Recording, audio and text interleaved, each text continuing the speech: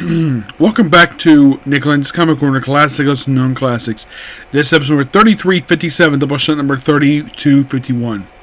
Well, we have two books here. One basically depth with this book behind me, also for this character, just mini-series. And the other one be pretty much update, basically. Also the view for her is just, well, the current book. Now, those of you curious, have these two characters ever interacted with each other in the comic books? The answer is no. Not that I know of. Well, first of which is a character who only appeared in this book and Elektra, Daredevil, Woman of Fear, or features Elektra as Daredevil. That being the Punisher, the bullet that follows.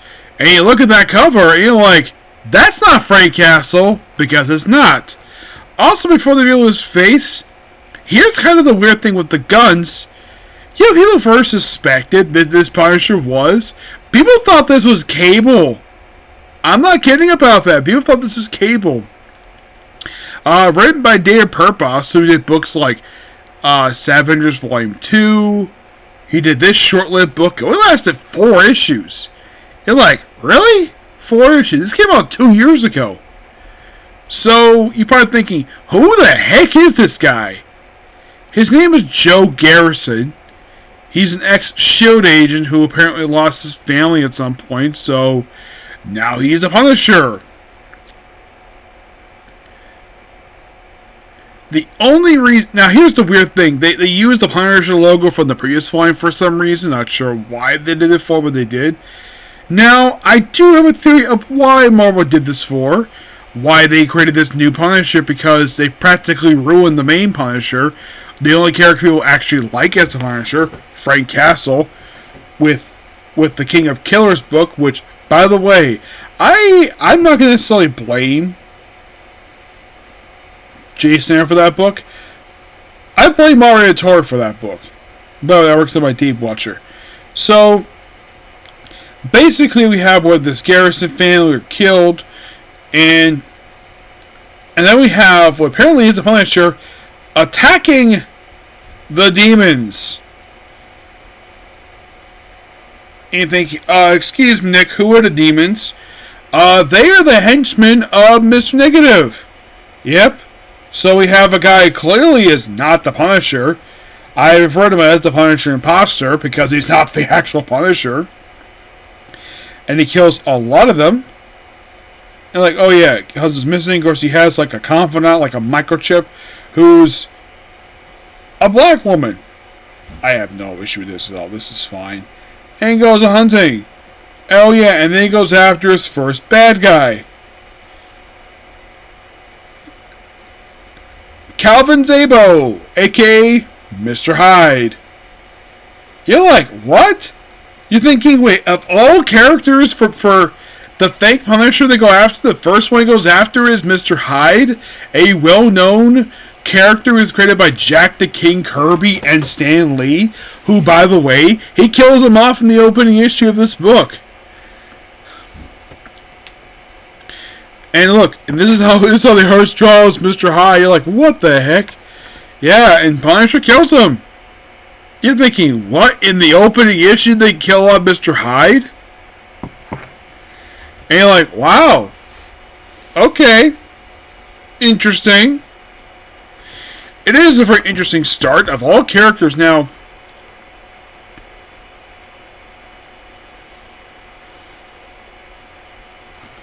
Oh, in case you're curious though, what volume is a Punisher?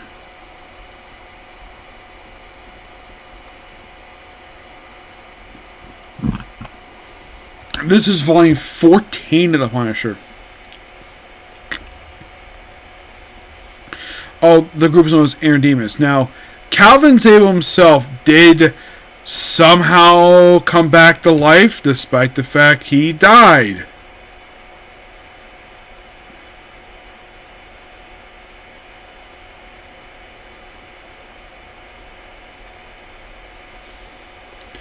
Yeah, how the heck he was revived? It's a mystery? Yes, it's a complete mystery.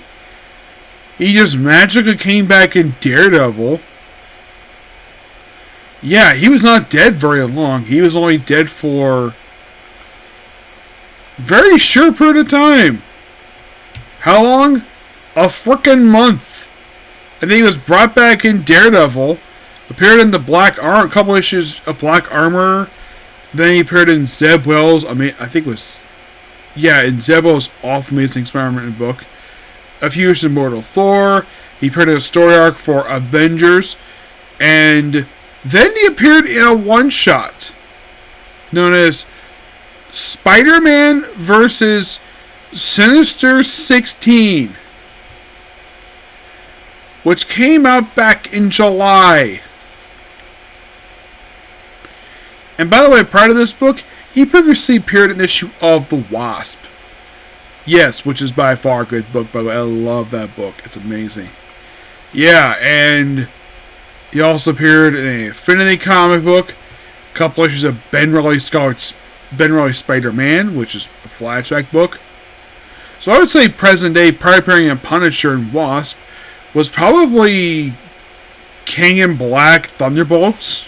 Yes. And then the second issue of this book, this interesting. So, oh, by the way, Xavier was dead for like 2 months. And then, of course, we debut. Okay, and then this is interesting. Where in the second issue of this book, we have people at the 15th Precinct, and we see the return of a guy called The Offer, who, by the way, is a character created by Paul Cornell. Yeah, he was killed in the penultimate issue of Paul Cornell's writing for Death Wolverine. Yeah, in issue number 11. Actually, yeah, just second to last issue, you got killed off there. And then he just is alive somehow. And then Garrison Cave decides to go after it, forms basically a new night shift comprised of a guy called Doughboy, his new character, frickin' Bushwhacker, who has history with the Punisher, Fenice, the daughter of Taskmaster, and the Eel. Which, by the way, is not the original Eel. Oh, no, he is not the original one. You're like, wait, seriously? He's not the original Eel? Yeah, the original Eel got killed off an issue of All Books Go. See, he made his debut in Strange Tales 112. Yeah, he made his debut as a villain for Human Torch. And then in the 70s, he died. Yeah, he got killed by Gladiator in issue 21 of Ghost Rider. Yeah, he got Ben Conway for killing him off. He wasn't around very long.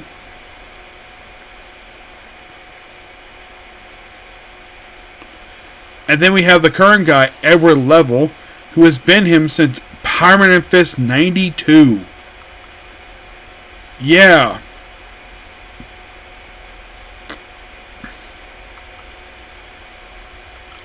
And who created this one? Kurt Busiek and Dennis Cowan. Bushwhacker. Classic Marvel villain. Yeah, he's no longer alive. He got killed off in an issue of Eddie Brock Cars, which I heard just recently. They just announced issue 10 is going to be the last issue. You're like, what? Yeah, they're ending the book at 10 issues.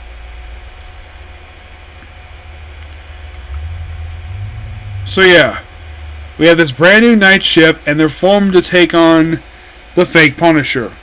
And Punisher takes out Eel with a fire extinguisher, knocks him out, battles Fenice for a while, then battles Doughboy, which, by the way, this is probably their purpose, probably creating a character who is pretty much Marvel's version of Clayface. And then we have fake Punisher taking on Bushwhacker, because of course we gotta have this. And then he proceeds to live. And after defeating the Night Shift, which was really easily, and then, of course, we take on the character known as the Fear Master. And you're thinking, who is this? She's the daughter of the original Mr. Fear. Well, actually, one of them anyways. You see, the original one, his name is Zoltan Drago. And he got killed off. He was not around very long. No, he was not. He debuted in issue 6 for Daredevil, and then he returned in Daredevil 91 where he actually died. Yeah. Well, accidentally died, and then he got returned in... Yeah, he was mentioning he got killed off roughly just a few years after his appearance. And then, after him, for the longest time was Larry Cranston. Oh, excuse me, Lawrence Cranston. He was basically this guy for quite some time. And then there's also been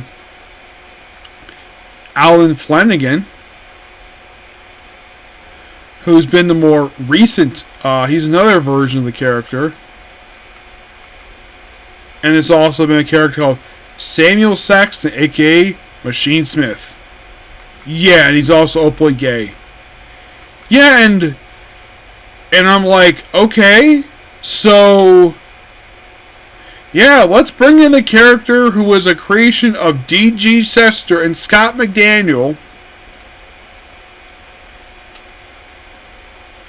which, by the way, here's something interesting about this character. She debuted in Daredevil 314 and then was in the following issue where she got depowered. Yeah, she got depowered. And by the way, that issue came out in 1993.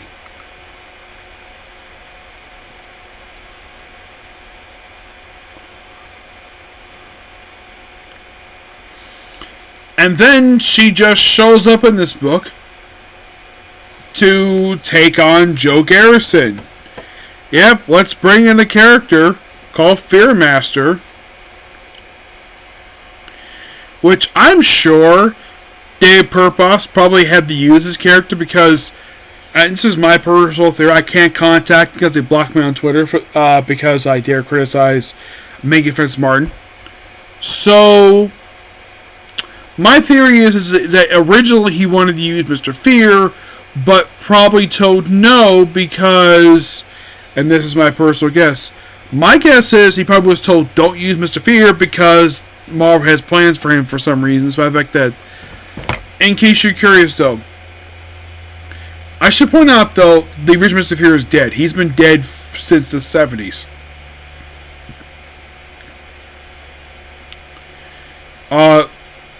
Lawrence Cranston, who was the second Mr. Fear, he is still very much alive.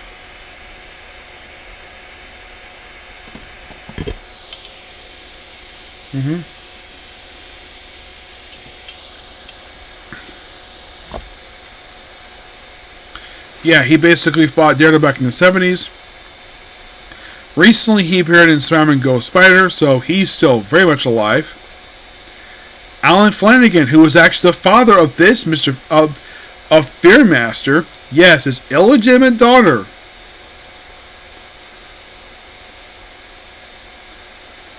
Yeah, so basically that means that Fearmaster is the, get this, she is the great niece of the second Mr. Fear. Yeah. You're like, that's interesting. Oh, yeah. Oh, and Alan Flanagan, still very much alive. Recently appeared, was in Civil War II Kingpin. So, and of course he has location by his wife, and he battles Fearmaster in this issue. And then he proceeds to kill her by snapping her neck like a Punisher would do this. Yes, he would do this with his bare hands. I've seen him do this. And he's dead. Well, excuse me, she's dead. And then we have, okay, so he's apparently accused of killing his family, but nope. But then, of course, you find out who was responsible for killing his family. An organization known as...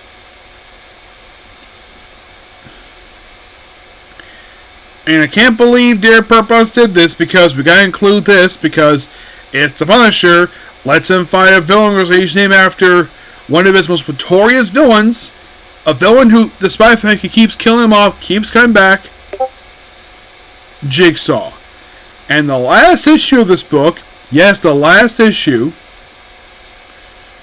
basically has to go after the organization Jigsaw. Though I have to ask the obvious question, why in the world would it name after a villain who's dead? Yeah, he's dead. Yeah, the original Jigsaw is dead. He actually came off in a one shot. Yes, a Punisher one shot was a tie into the King of Killer stuff. So then we have Garrison fight them. Yep. And he fights the leader and kills him really easily. And then, of course, he drives off, and that's it.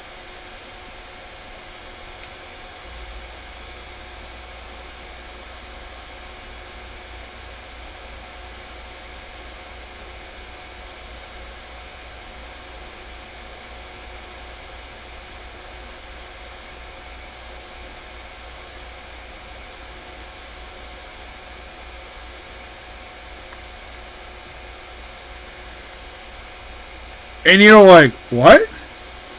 Yeah, that's it. The book just ends. I initially heard this book was released as an ongoing series, but for some weird reason, Marvel ended it abruptly after only 6 issues. Excuse me, not 6, 4, which made it the same length as the original Punisher volume released back in the 1980s. Is this a bad book per se? No, I don't think so. It's kind of weird though, they bring in characters in this book to establish, oh yeah, he's in the Marvel Universe. He kills 2 people. One, of course, is ignored in the pages of Daredevil. It's like, yeah, let's fight a handful of villains and fight a original character known only as Jigsaw, who, of course, he easily kills off by the end of the issue. And by the way, no one knows who the heck these people even frickin' are. I mean, that's the only problem. Like, who is this new Jigsaw? No idea. It is by far one of the most weirdest. It's a very baffling ending. It's like Punisher kills this. It's like the fake Punisher kills Jigsaw. Well, this Jigsaw anyways.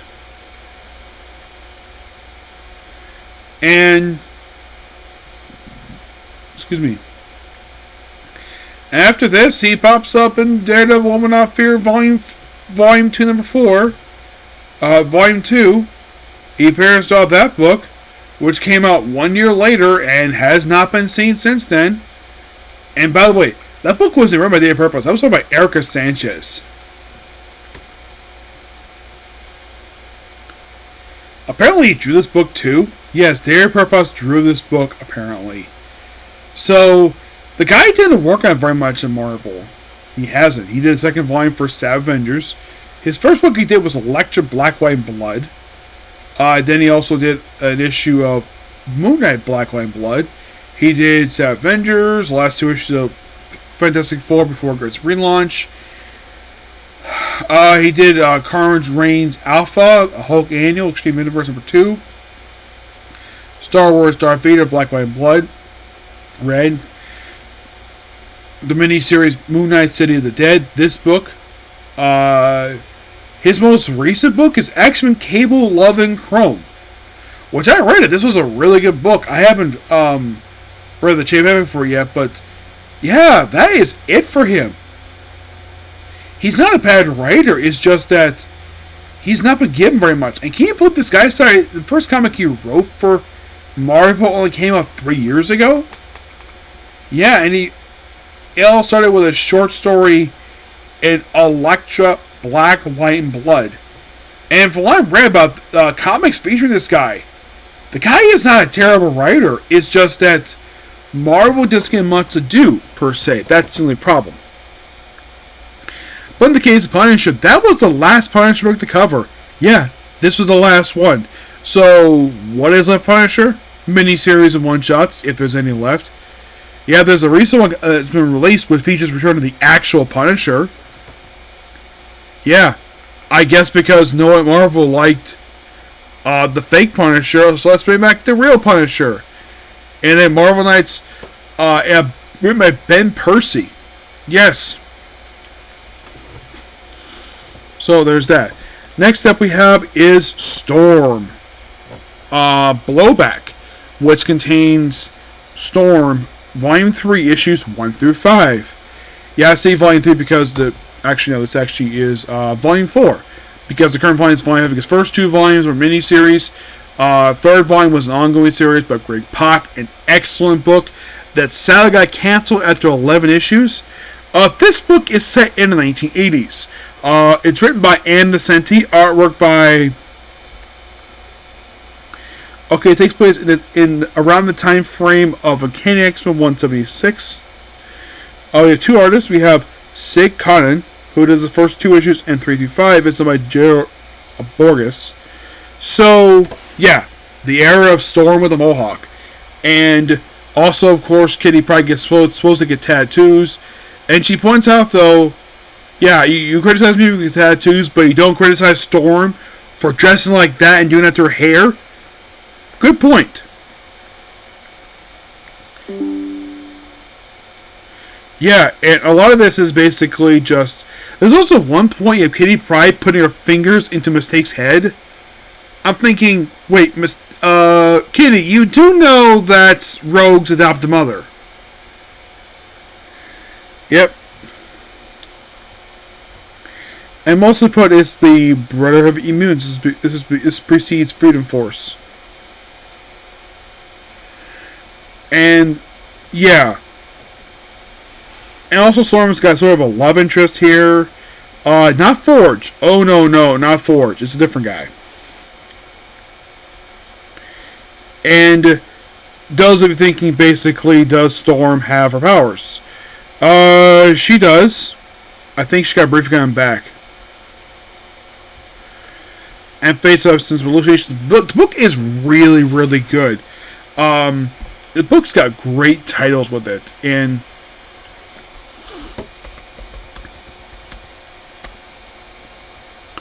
like the first, all these titles got one where you have Wind Rider, which basically was Storm's one of our famous nicknames. Issue 2 is Punked. 3 is Mutant. 4 is Eternal Coil, which the cover itself is a nod to an old Kenny X cover, which involves Scott Summers leaving the X-Men. Oh, the reason it's called Blowback because of the villain of the miniseries.